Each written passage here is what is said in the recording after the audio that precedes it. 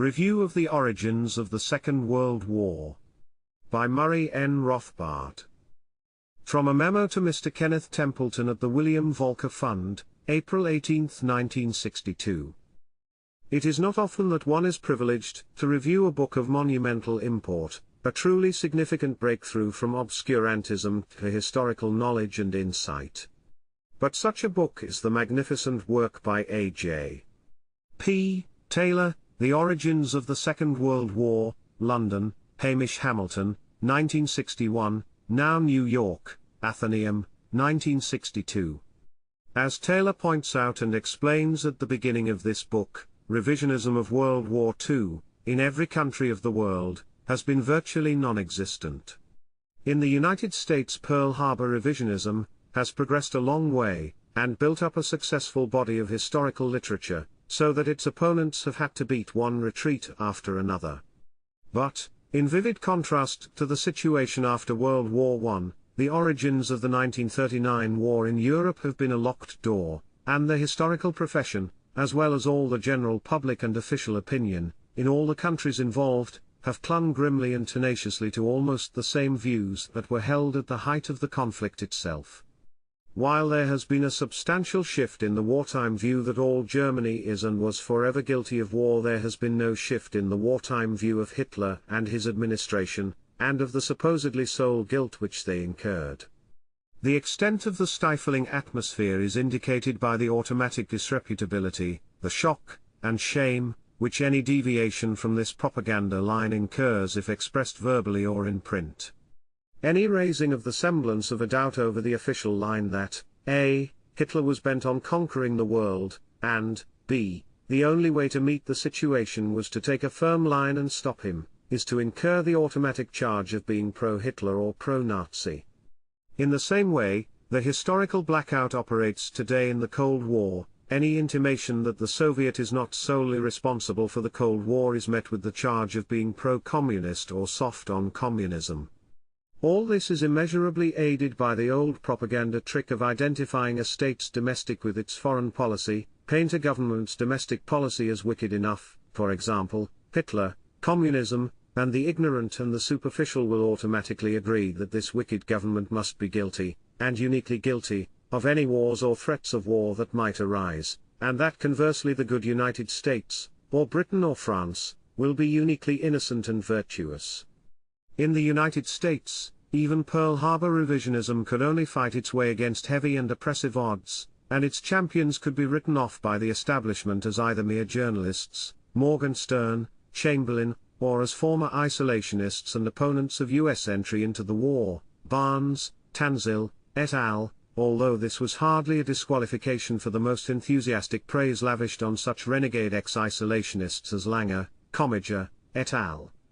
And, Pearl Harbor revisionism has faced no difficulties compared to revisionism on Hitler and Germany, for the wartime emotionalism whipped up here and abroad against Japan was as nothing compared to the frenzy whipped up against Germany and against Hitler.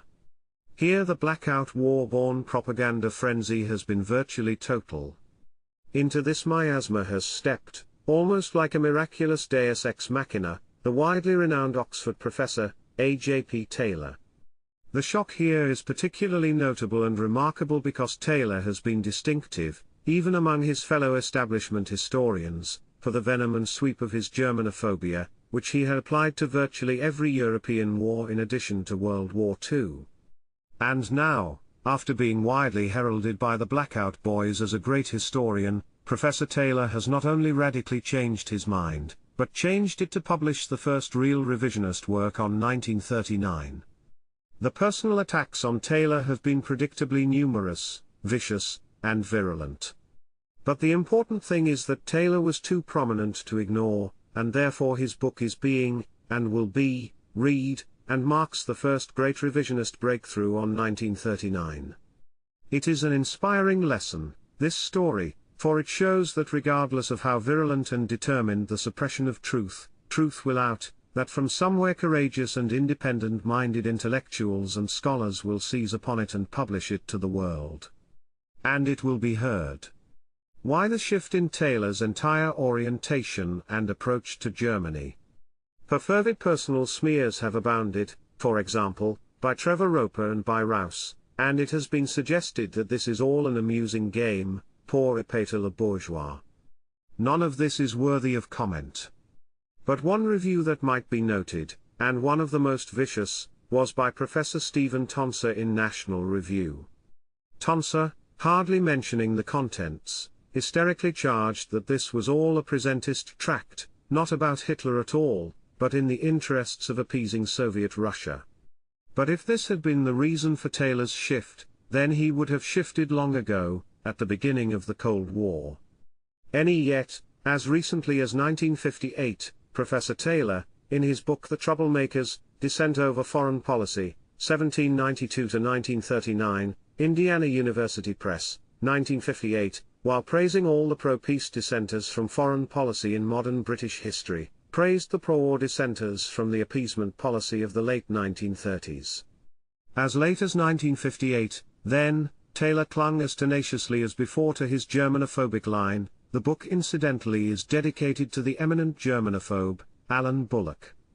Presentist policy toward Russia, then, could hardly have been the motive. No, there is only one explanation. A.J.P. Taylor began to investigate the documents, and as he did so, he began to realize the truth.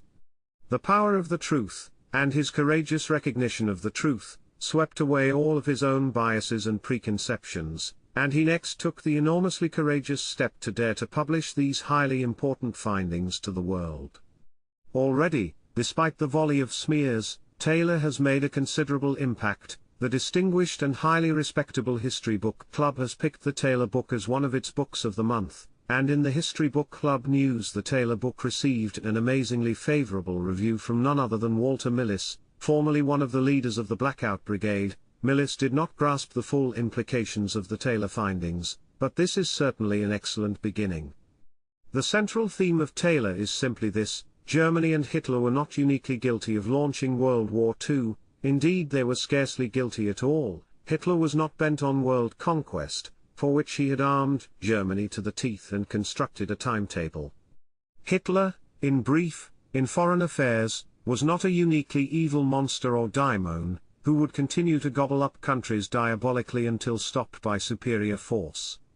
Hitler was a rational German statesman, pursuing, with considerable intuitive insight, a traditional, post-Versailles German policy, to which we might add intimations of desires to expand eastward in an attack on Bolshevism.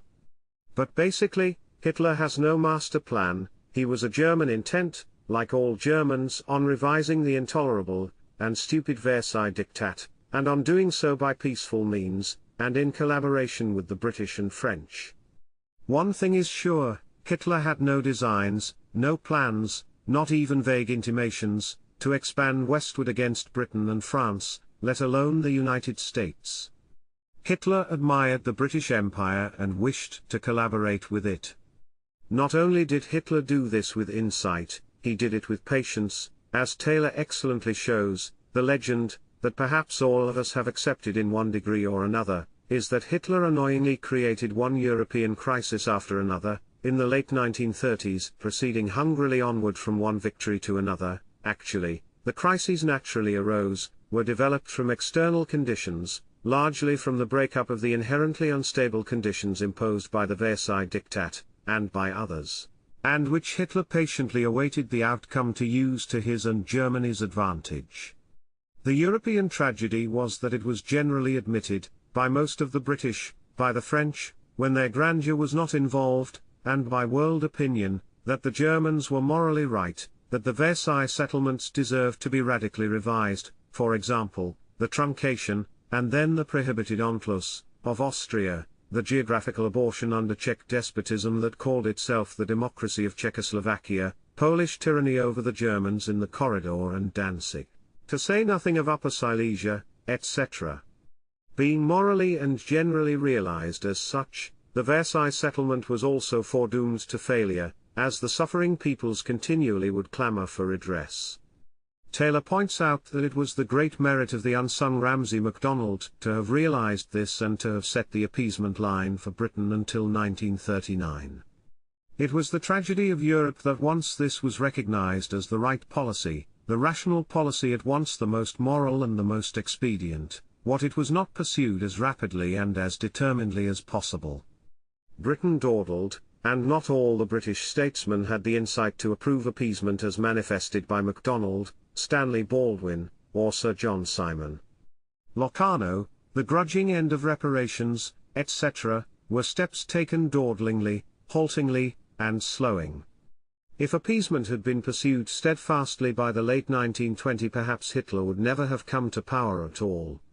So the tragedy of Europe was therefore this, that Britain, the leader of the Anglo-French coalition, understood that appeasement was the only rational policy, but, being the country on top, a victor at Versailles over a vanquished Germany, inexcusably dawdled, and delayed in putting this into execution.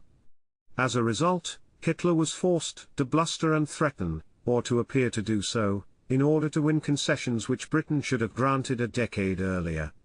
As a result, as each crisis developed in the late 1930s, it seemed, even to Chamberlain and the British, that Hitler was exacting, by vicious threats, and a step at a time, concessions from a grudging, frightened Britain and France. Hitler was put in the wrong in the eyes of Europe and the world, when he was eminently in the right, and all because the British refused to pursue its goal of rational appeasement quickly and single-mindedly. Taylor's history of the various crises is fascinating. For one thing, it shows that, because of this dawdling, Hitler's policy, actually prudent, moderate, and passive, and even pacifistic, was also made to look warlike and belligerent by the almost totally irrational and sudden decisions of the nations concerned, the Austrians, the Czechs, and Poles, to be tough, to take a firm line against the so-called aggressor. Time and time again, these countries were almost completely ruined by their own irrational toughness and their decisions to stand firm. In my review of the important Jacobson work on the Russo-Finnish War, Rothbard to Resch, March 21, 1962, I indicated that Finland almost destroyed itself by its irrationally tough policy against the moderate and reasonable demands of Soviet Russia, and was later saved by the courageous appeasing acts of President Posikivi, author of the highly successful Posikivi Line for Peace and Peaceful Coexistence. A similar story occurred with Hitler. Let us first take heroic little Austria, whose Chancellor Schuschnigg was supposed to have been bullied into submission by Hitler, and where Hitler's troops invaded the country. Austria was perhaps the most conspicuous sufferer from World War I and Versailles. Stripped of most of its territory, it found itself in a world of fluctuating currencies and tariffs and exchange controls, hardly a viable economic entity. For the first time reduced to being solely German, and it is eminently understandable that a strong movement for Anschluss with Germany should have developed. But conditions in Austria were troublesome, because Austria, in the 1930s, was run by a fascist dictatorship headed by Dollfuss and then Schuschnigg. The Austrian Nazis, who favored Anschluss, were forced into attempting revolts since the democratic route to power was precluded. Taylor points out, incidentally, a very important fact, that the Nazis in Austria, Sudetenland, Danzig, etc., were not, as has always been considered, mere puppets of Hitler, subject to his orders. The same mistake has been made about domestic communist parties subject to orders from Moscow. In the case of the Nazis, the mistake was even greater. These were ideological movements, which of course admired and were even influenced by Hitler, but could not be controlled by him. Indeed, most of the time Hitler was engaged in trying, often unsuccessfully, to restrain these indigenous Nazi movements from revolting, creating trouble, etc., so far from being mere puppet creations of Hitler were they. To return, the indigenous Nazis had unsuccessfully revolted in 1934, and were generally restive. Schuschnigg, then, was happy to conclude a gentleman's agreement with Germany, in July 1936, in which he acknowledged that Austria was a German state, and agreed to admit Nazis as members of his government. In return, Hitler acknowledged Austrian sovereignty, and contentedly believed that Austria was now a kind of subordinate state to Germany, and that the Austrian Nazis would gradually, and peacefully, gain control of Austria. This, indeed, was the rational thing to expect from such an agreement. No coercive onslaught or dramatic marching of German troops was contemplated.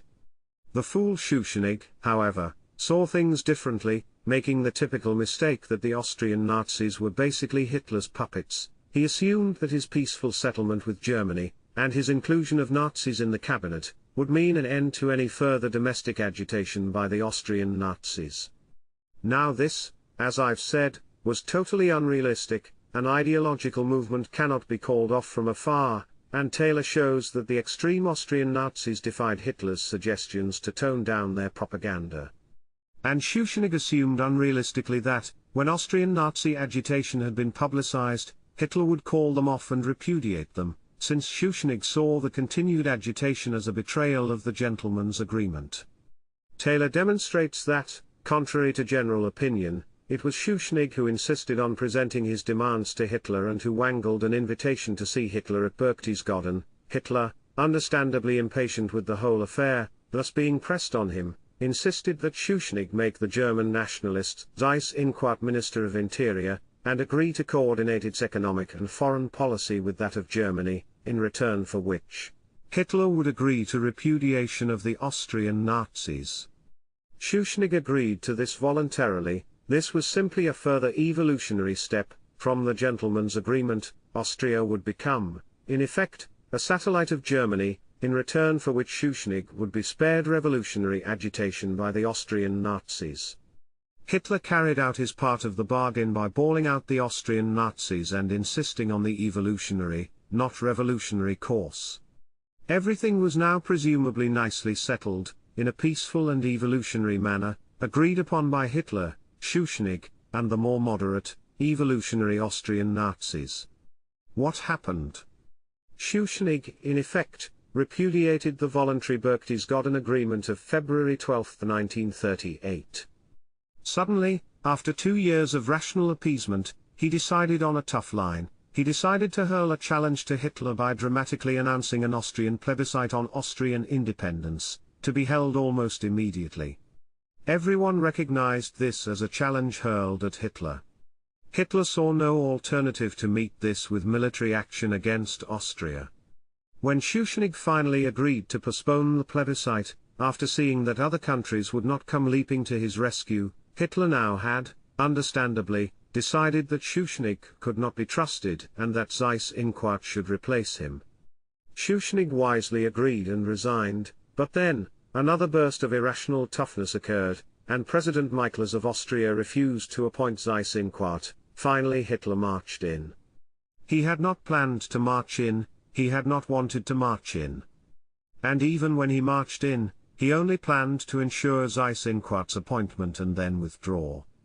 But the great excitement of the enthused Austrian crowds spurred Hitler on, to announce a total Anschluss, an act approved by the overwhelming majority of the Austrian people. To understand the Czech crisis, it must be understood that Czechoslovakia was the most grotesque of all the abortive creations of the Versailles system. The Czechs, led by the idolized Masaryk, had managed to swindle Wilson into believing that the Czechs and Slovaks were one and the same, and then, of course, Bohemia must have its natural frontiers, thus dragging the Bohemian Germans into Czechoslovakia, a land of Czech minority despotism over the Slovaks, the Germans, the Ukrainians, et al. The Germans were particularly unhappy at being plunged from co-partners in the Austro-Hungarian Empire to sufferers under the Czechs. The Anschluss electrified them, and the Czech crisis was on. Actually, the very existence of Czechoslovakia virtually cried out for dismemberment, and yet Beneš resolved to take a very tough line, to stand firm against Hitler's bluffs and make him back down by inducing France and Great Britain to come to Beneš's aid. Beneš deliberately provoked the Sudeten Germans into demanding transfer to Germany and not just autonomy, in order to drive the French and British to his side.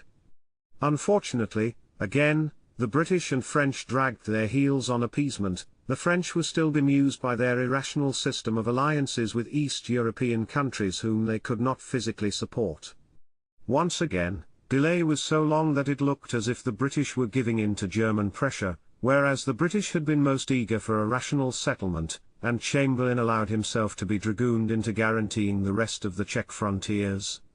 Munich, as Taylor courageously and perceptively declares, was a triumph for all that was best and most enlightened in British life, a triumph for those who had preached equal justice between peoples, a triumph for those who had courageously denounced the harshness and short-sightedness of Versailles. Yes, but there was one crucial thing wrong with Munich, as Taylor indicates, not that this was appeasement, but that appeasement had not been pursued quickly, eagerly, and thoroughly enough. Always there was the impression given by the West that the concessions were made out of fear of Hitler rather than for desire for justice, always there was only piecemeal rather than thoroughgoing solutions, so that the canker of unresolved problems still remained in Central Europe.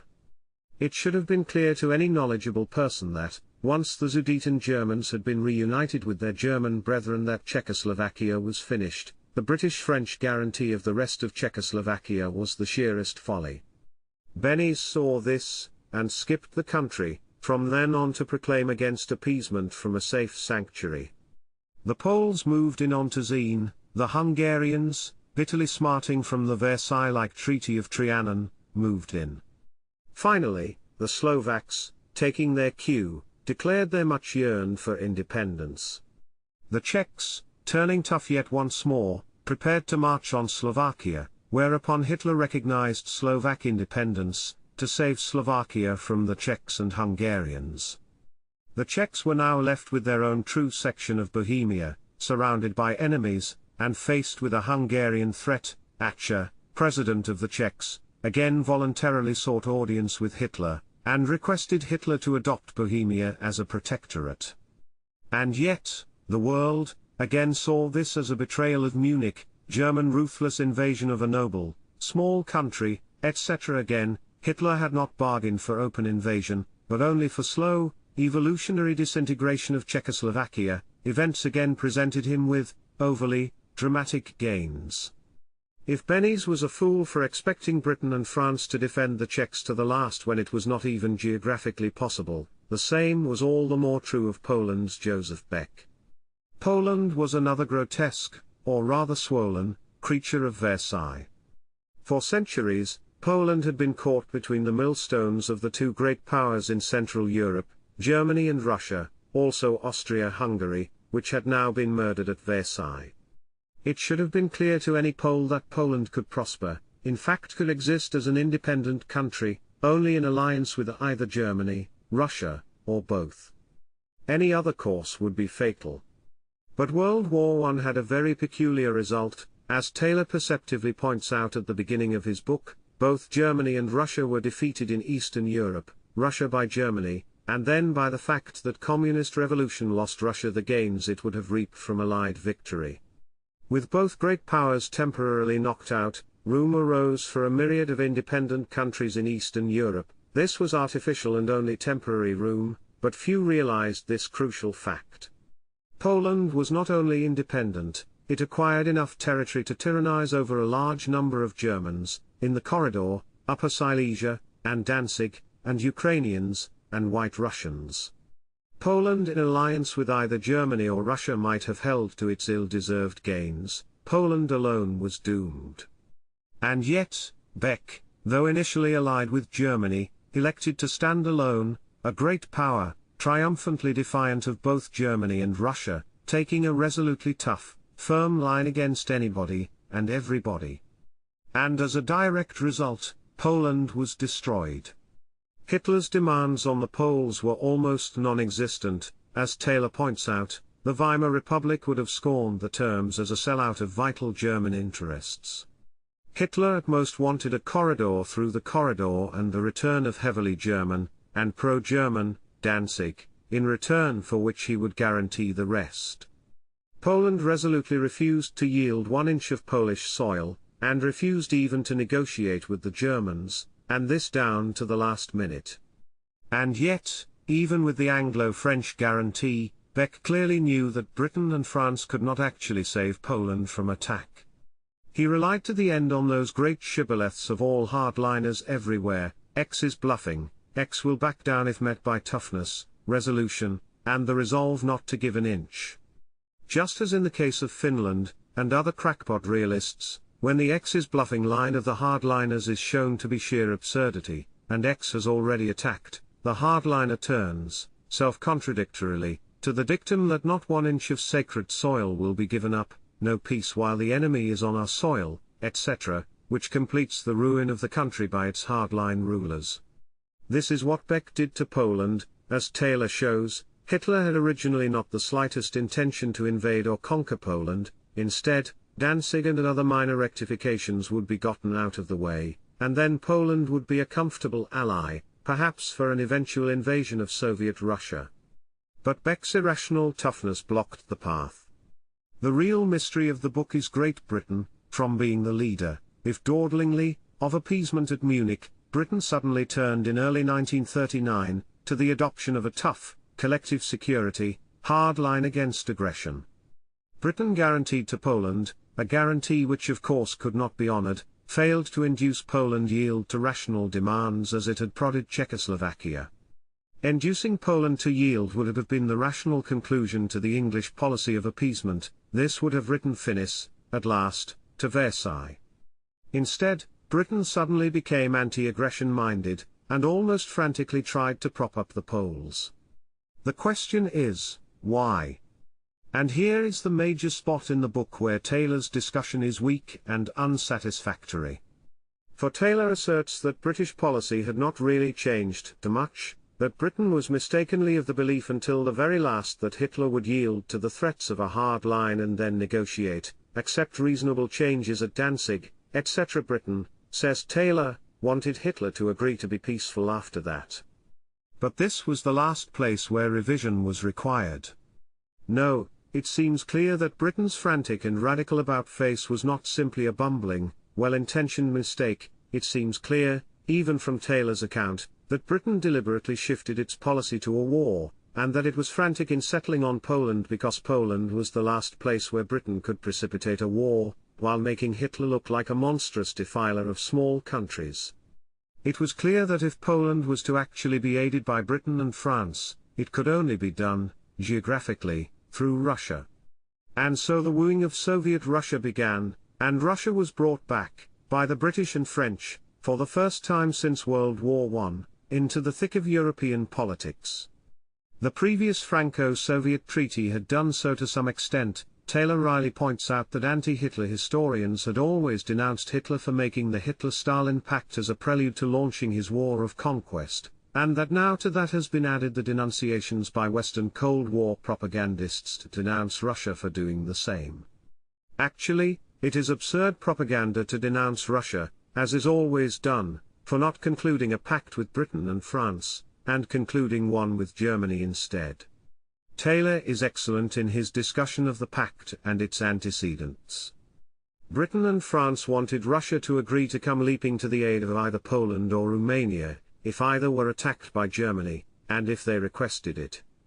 In return for this surrender of its freedom of action, Russia was to get, precisely nothing. The clue to all of Soviet Russia's foreign policy, as Taylor states, was fear of attack by the West, fear of a repetition of the international capitalist invasion of Russia during its civil war, which almost succeeded in destroying the communist regime, fear of the ideological anti-Bolshevism of Hitler and of his allies in the Anti-Comintern Pact, fear of Japan which was already aggressing against it in Siberia. Soviet Russia's foreign policy was defensive, fearful, and security-minded, far more defensive, it should be added, than the traditional policy of the Tsar. Fearful of Hitler, and understandably so, Russia was eager to join an anti-Hitler alliance, but only if it was a firm one. Its greatest fear was joining such an alliance and then, like Benny's, to be left holding the bag by Britain and France. Russia wanted two things: the ability, in case of a German war, to have its armies cross Poland to thrust at Germany, regardless of whether Poland agreed or not, and the ability to intervene against any pro-German regimes or bases that might be established in the Baltic states. In both cases, Britain, trumpeting the rights or small nations, refused to agree to any such free hand by Russia, and, in the case Poland flatly refused to have anything to do with Russian troops and a Russian guarantee. Poland would go it alone. In view of this, there was never any hope of a British-Russian alliance, and Taylor indicates that the British were always half-hearted in an attempt for alliance anyway. Hitler had expected Beck to cave in like Benny's, but this time things were different. We must remember that the Polish army was greatly inferior to the Czech army of 1938. Hitler then set out to conclude his own pact with Soviet Russia. If Russian neutrality was secured, he reasoned, surely Britain would give up any Polish guarantee, which would now be insanity, and Britain and Beck would listen to reason. Hitler offered Russia a non-aggression pact, with the added sweetener that, whatever happened, Germany would not advance beyond the Curzon line in Poland or in the Baltic states. At last, Russia had achieved the recognition which it could not get from the West, wedded to its small power legalism, a Soviet Monroe Doctrine, a sphere of influence, in its security zone of eastern Poland and the Baltic states. We should also not forget that Russia was left, like Germany, a revisionist power from World War I. This recognition of its sphere of influence was Russia's revision of Brest-Litovsk. And, as Taylor points out, the Hitler-Stalin Pact was not an agreement for partition of Poland, as Munich was an agreement for partition of Czechoslovakia. It was rather a mutual agreement for neutrality and non-aggression, plus a German agreement not to penetrate to the Soviet sphere of influence. Poland had no legitimate complaint, since all it wanted from Soviet Russia was neutrality. The establishment historians have had a field day with the Hitler-Stalin Pact, since here was an act by both of their bogeymen. Any action mutually agreed upon by these two dictators is supposed to be a priori monstrous. And so the pact was supposed to have been the wicked spark that began World War II and dismembered Poland. But, as Taylor shows, both Germany and Russia thought of this as an action for peace, as it rationally should have been. The danger of a German-Russian conflict was avoided, and, both Hitler and Stalin believed, that with all hope of Russian support of Poland gone, Britain and France would finally induce Poland to soften up and peace would be preserved. As Taylor states moreover, it is difficult to see what other course Soviet Russia could have followed, given British adamance. We might go even further. In my view, the Hitler-Stalin Pact was one of the great deeds of European statesmanship, on both sides, in the 20th century. It continued in the great tradition of Rapallo. The geographic facts are that peace can only be preserved in Eastern Europe if Germany and Russia are at peace, and therefore only a German-Russian policy of friendship or even alliance will keep the peace in that troubled section of the globe.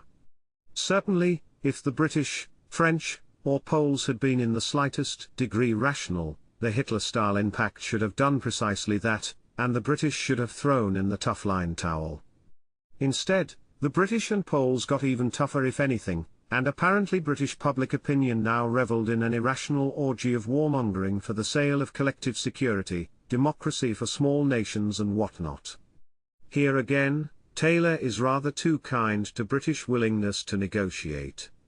The fact is that Hitler, beginning to be taken aback by his opponent's irrationality, began to urge negotiations, but the Poles remained adamant to the very end. But to me the clearest proof of British bad faith in the matter is that even after Hitler proved that he was serious and not bluffing by invading Poland, even then the British and the Poles would not negotiate. Now, as we said above, the same crackpot realists who had ruined everything by proclaiming that the enemy was bluffing and would back down before toughness, were now demanding that no negotiations could possibly begin until the German troops had withdrawn from sacred Polish soil. And so Poland disappeared, and World War II began. Granted the imbecility of the policies of Benny's and Beck, but the British, on Taylor's own account, bear more responsibility for the outbreak of that tragic war than he is willing to concede. Surely more than incompetence was here involved. There are two further, amplifying general observations of importance which I am moved to by this scintillating book. One is the perniciousness of the typical hardline mythology, a mythology that has been especially beloved in the United States and Great Britain. It is a mythology that has consistently failed, and consistently plunged these great democracies into one war after another. This is the mythology of conceiving the enemy as, not only a bad guy, but a bad guy cast in the mold of Fu Manchu, or someone from Mars. The bad guy is out, for some obscure reason, to conquer the world, or at the very least, to conquer as much as he can keep conquering. This is his only goal. He can be stopped only by force majeure, i.e., by standing firm on a tough line. In short, while irredeemably evil, the bad guy is a craven at heart, and if the noble good guy only stands his ground, the bad guy, like any bully, will turn tail. Rather than Fu Manchu, then, the enemy is a Fu Manchu at heart but with all the other characteristics of the corner bully, or of a movie western. We are the good guys, interested only in justice and self-defense, who need only stand our ground to face down the wicked but cravenly bluffing bad guys. This is the almost idiotic morality play in which Americans and Britons have cast international relations for half a century now, and that is why we are in the mess we are today. Nowhere in this copybook nonsense is it ever conceived that, A, the bad guy might be afraid of our attacking him, but good guys never attack, by definition, or, B, that the bad guy might, in his foreign policy demands, have a pretty good and just case after all, or at least, that he believes his case to be good and just, or, C, that, faced with the defiance, the bad guy might consider it loss of self-respect if he backed down, and so to war. Let us all give up this childlike game of international relations, and begin to consider a policy of rationality, peace, and honest negotiation. The second general observation is that Eastern Europe seems to have been the cockpit, and in tragic folly, of every major war of the 20th century, World Wars I and II, and the Cold War. Eastern Europe, as I have indicated above, is a land of many teeming nationalities, almost all small and divided. The reality of Eastern Europe is that it is always fated to be dominated by either Germany or Russia, or both. If East European politicians are to be rational, they must realize this and understand their fated subservience to one or both of these two powers, and, if there is to be peace in Eastern Europe, both Germany and Russia must be friends. Now don't misunderstand me, I have not abandoned moral principle for cynicism. My heart yearns for ethnic justice, for national self-determination for all people, not only in Eastern Europe but all over the world. I am a non-Ukrainian who would like nothing better than to see a majestic independent ethnic Ukraine, or of Bielorussia, I would to see an independent Slovakia, or a just settlement, at long last, of the knotty Transylvanian question. I still worry over whether Macedonia should properly be independent, or should be united to their presumably ethnic brothers in Bulgaria. But, to paraphrase Sidney Smith's famous letter to Lady Grey, please let them work this out for themselves.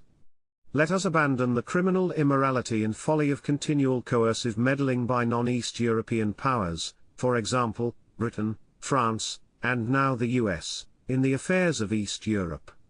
Let us hope that one day Germany and Russia, at peace, will willingly grant justice to the people of East Europe, but let us not bring about perpetual wars to try to achieve this artificially. I cannot refrain from quoting Smith's famous passage, so apropos is it, I am sorry for the Spaniards, I am sorry for the Greeks, I deplore the fate of the Jews, the people of the Sandwich Islands are groaning under the most detestable tyranny, Baghdad is oppressed, I do not like the present state of the Delta, Tibet is not comfortable. Am I to fight for all these people? The world is bursting with sin and sorrow. Am I to be champion of the Decalogue, and to be eternally raising fleets and armies to make all men good and happy? We have just done saving Europe, and I am afraid that the consequence will be, that we shall cut each other's throats. No war, dear Lady Grey, no eloquence, but apathy, selfishness, common sense, arithmetic, may the vengeance of heaven overtake the legitimates of Verona. But in the present state of rent and taxes, they must be left to the vengeance of heaven. There is no such thing as a just war, or, at least, as a wise war. To return to Eastern Europe, we heard little of the various nationalities before 1914, for the region was dominated by Germany, Russia, and Austria-Hungary. World War I was caused, primarily, by Tsarist Russian expansionist ambitions in East Europe, particularly in the Balkans, and its egging on of one of the few independent nationalities, Serbia. Germany and Austria-Hungary opposed the Russian move for expansion. Britain, France, and eventually the US naturally insisted on entering the war. Why? To promote that expansion. As I said above, World War I ended in a very fluke manner, because of the Communist Revolution, but let us never forget that, if the US and its heroic ally Tsarist Russia had won the war, if there had been any Communist Revolution, Tsarist Russia would have, as confirmed by Allied secret treaties, dominated all of Eastern Europe, and taken Constantinople as well. The cant and moralizing of our present Cold Warriors against Soviet domination of Eastern Europe appears pretty ludicrous in view of this fact. Actually, the Communist Revolution prevented Russian domination of satellites in East Europe for a generation, and even then this was only a result of Hitler's attack on Russia. Indeed, Finland was apparently permanently freed from Russian control by the Communist Revolution, and yet, Americans would have consented to Tsarist puppet states in Eastern Europe as long ago as 1918. Thus, World War I was essentially a clash between Germany and Austria versus Russia over who would dominate Eastern Europe, with Britain, France, and US meddling into the fray. The peculiar defeat of both Germany and Russia in World War I opened up, artificially, the path for national self-determination in Eastern Europe, a task which was terribly botched at Versailles. New injustices were created there, especially for the defeated countries. By 1939, Germany and Russia were at peace over Eastern Europe, and yet Britain precipitated war by leaping to war over a Poland which could not exist in defiance of both its great neighbors. Finally, as a result of Britain, and the US meddling into a war over Eastern which did not properly concern them and Germany's tragic blunder in attacking Russia, the conquest of Germany naturally left Russia in virtual charge over Eastern Europe, again its sphere of influence. This domination has nothing to do with communism but is the result of these Russian, etc., power factors, and would have occurred whatever Russia's social system may have been, and then after a record fatal meddling, twice, in East Europe, the US and Britain precipitated the Cold War in order to eject Russia from her hard-won sphere of influence, in East Europe, again where none of the Western powers has any business in meddling. There are various specific points about the Taylor volume that we might note further. There is a very good discussion at the start about why revisionism has not been flourishing since the war, a good, if brief, critique of the validity of the Nuremberg documents. Once in a while, Taylor slips back into his old orthodox line. For example, he doesn't seem to realize that the viper of collective security and therefore eternal war to preserve status quo boundaries was inherent in the League of Nations, and therefore that League-mindedness was an enormous obstacle in those years to realizing the morality and justice of an appeasement policy. Taylor also is surprisingly soft on Versailles, especially in the first part of the book, where he seems to hold that the only thing really wrong about Versailles was the continuing reparation question, which kept the situation irritated, and yet surely the whole last half of the book, with its discussion of the Austrians, Czechoslovakia, and Polish crises are testimony to the serious evils of Versailles. The importance of the fact that Germany won the war in the East, World War I, is noted, although Taylor erroneously puts the Treaty of Brest-Litovsk in January, instead of March, 1918. Taylor fails to mention that the Russo-Polish War of 1920 resulted from Polish aggression against the Russian Ukraine, and the territorial losses Russia suffered to Poland in that war, of ethnically Ukrainian and Byelorussian territory, made her even more eager for revision, when she had the chance. Taylor also underweighs, even ignores, the fact that, at Versailles, a disarmed Germany was supposed to be accompanied by disarmed allies.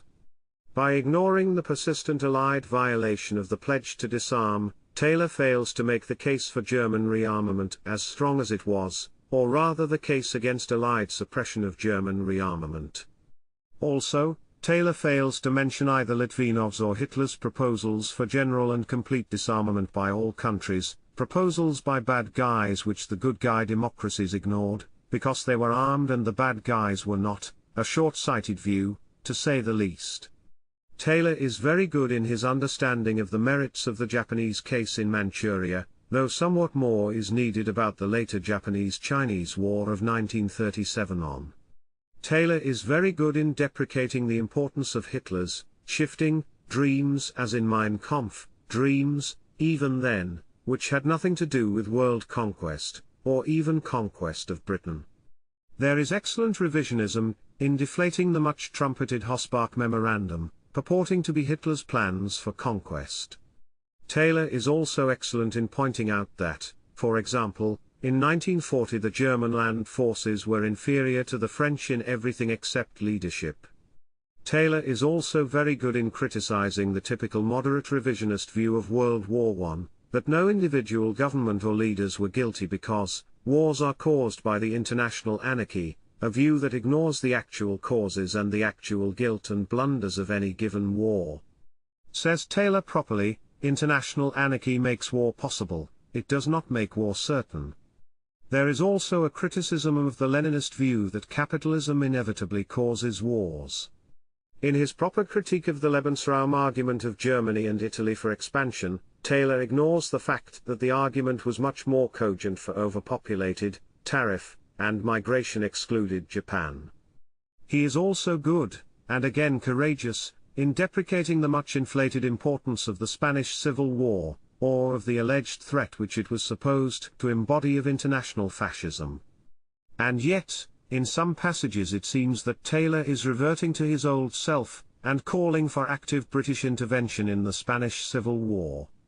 Taylor also properly states another truth which too many have forgotten, that Soviet Russia has always been interested in its own preservation, beyond the interests of international communism, which it has sacrificed for the sake of its peace and security. Time and again, Taylor mentions the case of Soviet failure to support the Chinese communists as against Chiang.